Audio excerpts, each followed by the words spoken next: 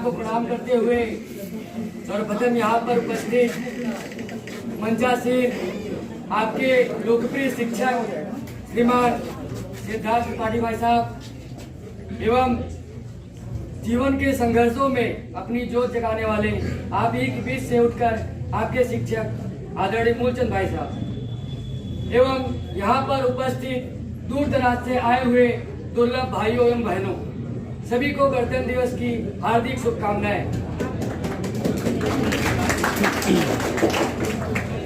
पिछले आधे घंटे से मैं आया हूँ। सर्वप्रथम गुरु जी को धन्यवाद देता हूँ, उन्होंने मुझे निमंत्रित किया आपके बीच अपनी बात को रखने का। इसी के साथ अंतिम में बोलने के दो फायदे और दो नुकसान। दो फायदे ये है कि जितने लोगों ने अपनी प्रस्तुति दी उन्हीं में से कुछ उठा के हम अपनी बात रख सकते हैं, और दो नुकसान ये है कि लोग पहले से ही उग चुके हैं तो आपको सुनना उनकी मजबूरी है। लगभग आपको मिष्ठान वितरण भी हो ही चुका है, गणतंत्र दिवस का कार्यक्रम पूरा ही हो चुका है। आज गणतंत्र दिवस के अवसर पर मैं कुछ अधिक नहीं बोलूंगा, क्योंकि स्वतंत्रता का अर्थ वही जान सकता है जिसने गुलामी झेली हो। आज हम कुछ व्यवहारिक बातें करेंगे जो अपने जीवन में हम कर सकते हैं। कहने को तो बड़ी बड़ी बातें हम कह सकते हैं कि हम देश पे न्यौछावर करने के, जैसे आजकल के लगभग जितने लोग यहाँ बैठे हैं या इस देश में कहीं भी होंगे कोने में, उनके स्टेटस पर गणतंत्र दिवस की शुभकामनाओं से भरा स्टेटस पड़ा होगा। लेकिन क्या हम देश के लिए एक दिन में, एक महीने में या एक वर्ष में कोई ऐसा कार्य कर रहे हैं जिससे हमारे देश का सहयोग हो? छोटी छोटी चीजें कर सकते हैं हम। जैसे आज मिनिमम कोई भी सामान्य जीवन जो सामान्य मध्यम परिवार से है अपने बर्थडे पर 2000 से 3000 रुपए खर्च कर देता है। अगर हम इसको परिवर्तित कर लें, हम पैसे बढ़ाने की नहीं बात कर रहे हैं, कम में ही, मुझे कहना नहीं चाहिए, लेकिन मैं अपने जन्मदिन पर मूरा बास्तापुर में नहीं रहता, जबकि यहाँ मेरे ढेरों परिचित हैं और मैं लगभग जन्मदिन शादियों में अटेंड करता रहता हूँ। लेकिन मैं अपने जन्मदिन पर यहाँ से दूर 50 किलोमीटर मेरा ननिहाल है, वहाँ पे जाकर कुछ ऐसे गरीब बच्चे हैं जिनको कोई ध्यान देने वाला नहीं है, उनको जाके मैं कुछ किताबें, कुछ कलम और कुछ कपड़े वितरित करता हूँ। तो मैं एक हूँ और इनमें से हर दूसरा अगर ऐसा काम करे तो आसपास के जितने भी गरीब बच्चे हैं, न उनको वस्त्र की कमी हो, न उनको किताबें कमी हो, न उनको कापी की कमी पड़े।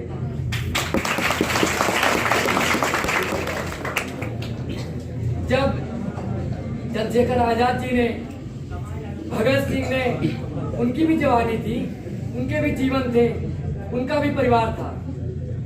हमारे उधम सिंह जी जो जाके ब्रिटेन में बम उन्होंने विस्फोट किया, उन लोगों का एक सपना था। उन्होंने व्यक्तिगत जीवन के लिए कुछ नहीं किया कि अपने माता के लिए, अपनी पत्नी के लिए, अपने भाई के लिए किए या अपने पुत्र के लिए किए। उनका विचार था कि एक दिन हमारी जो आगे वाली पीढ़ियां आएंगी वो इस दिन को नहीं देखेंगी, और हमारी जिम्मेदारी बनती है कि हम भी कुछ ऐसा करें कि हमारी आगे वाली आने वाली पीढ़ी इस दिन को ना देखे और हमारे होने पर उन्हें गौरव का महसूस हो। इसी के साथ छोटी छोटी चीजों पर ध्यान देना चाहिए। छोटी छोटी बातें ही बड़ी बातें बनती हैं। विवेकानंद को गए कितने दिन हो गए, महात्मा बुद्ध को गए कितने दिन हो गए, महावीर स्वामी के गए कितने दिन हो गए। वो भी हमारे तरह मनुष्य थे, उन्होंने त्याग किया और बहुत अधिक नहीं किया। उन्होंने बड़ी बड़ी बिल्डिंगें नहीं बनाई है, बड़े अस्पताल नहीं बनवा दिए हैं, या हमारे लिए कुछ करके नहीं गए, लेकिन उन्होंने जो किया है वो आज कोई डॉक्टर हो, इंजीनियर हो, वकील हो या झाड़ू मारता हो, वो भी उस बात के लिए गरवानी कर सकता है। तो हमें ऐसा कुछ करना है। इसी के साथ व्यवहारिक जीवन में आज राजनीतिक से इतर मैं विषय रखता हूँ, शिक्षा का विषय है। आज अभी इलाहाबाद में आप लोग देखेंगे सूचनाएं किस तरह से प्रशासन प्रहार कर रही है बच्चों पर, क्यों कर रही है, ऐसा क्यों हो रहा है। इन मुद्दों पर आप लोग ध्यान दीजिए। सब तैयारी के छात्र हैं, मैं भी तैयारी के छात्र हूँ, इसलिए अपनी बात शिक्षा से ही जुड़ी रखना चाहता हूँ। हम लोग अध्ययन कर रहे हैं, अध्ययन का उद्देश्य मात्र नौकरी पाना नहीं होता। वो सब जानते हैं कि इतनी नौकरी सरकार दे ही नहीं सकती। जितने बच्चे यहाँ बैठे हैं, ऐसे तमाम कोचिंगों में इतने बच्चे पढ़ रहे हैं, पूरे देश में पढ़ रहे हैं, सरकार इतनी नौकरियां नहीं दे सकती। तो हमारा उद्देश्य ये होना चाहिए कि हम पढ़ रहे हैं तो हम इतना अपने आप को मजबूत बनाएं ताकि हम अपने जीवन स्तर को किसी भी स्तर पर जाकर सुधार सकें। छोटे छोटे जो सहयोग है, आसपास के थोड़ी छोटी छोटी सहायता होती है, किसी को इलाज करवा दे, इतने पैसे होते हैं। आजकल आर्थिक कमजोरी किसी के पास नहीं है, किसी के पास कमजोरी है तो मानसिक कमजोरी। तो हम अपने स्तर से क्या कर सकते हैं, किस तरीके से विचार कर सकते हैं और किस तरीके किसका सहयोग करते हैं, वो अपना एक हाथ आप बढ़ाएंगे और आपसे अगर एक आदमी भी प्रभावित हो गया तो आपका जीवन सफल हो जाएगा। इसी के साथ एक पंक्ति के साथ मैं अपनी वाणी को विराम देता हूँ। थोड़ा जल्दी था इसलिए मैं सर से अनुमति लेकर जाना चाहता हूँ।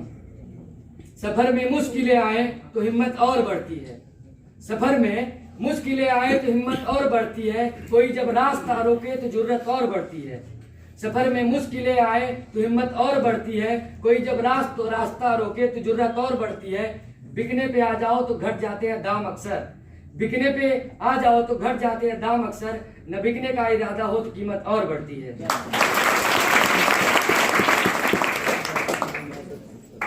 इसी के साथ अंतिम में आप एक स्वर में जयकारा लगाएंगे, भारत माता की जय। आपके स्तर का ये स्वर नहीं, भारत माता की जय, भारत माता की जय, जय हिंद, जय भारत, जय।